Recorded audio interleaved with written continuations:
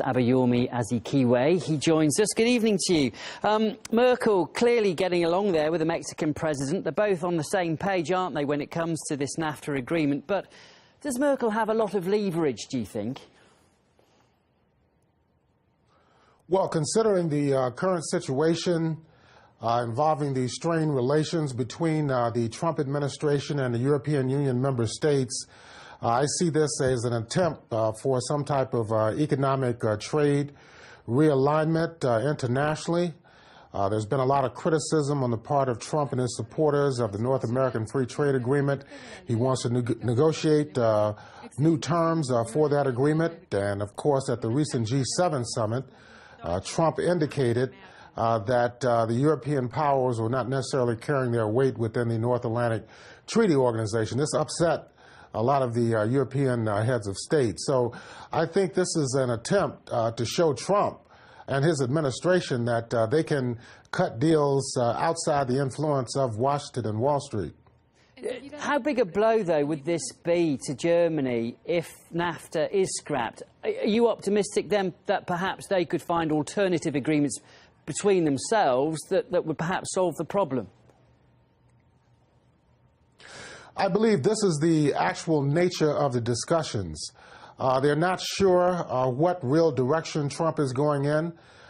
Recently, he announced the withdrawal of the United States from the Paris Climate Agreement, which for many years the United States had been unable to reach a climate agreement with other countries internationally.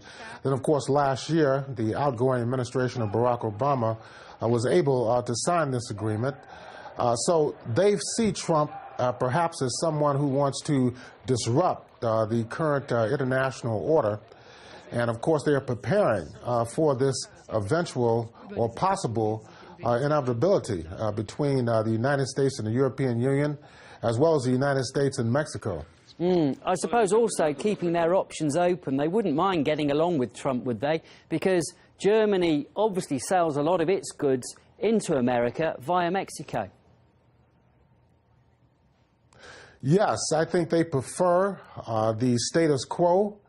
However, when Trump ran for office last year, a lot of his campaign rhetoric was against the North American Free Trade Agreement.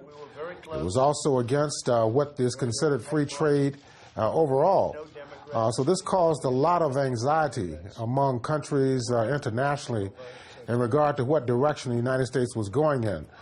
He has threatened, although he has not imposed it yet, to institute more protectionist tariffs for goods produced outside the United States, coming and being marketed inside the United States.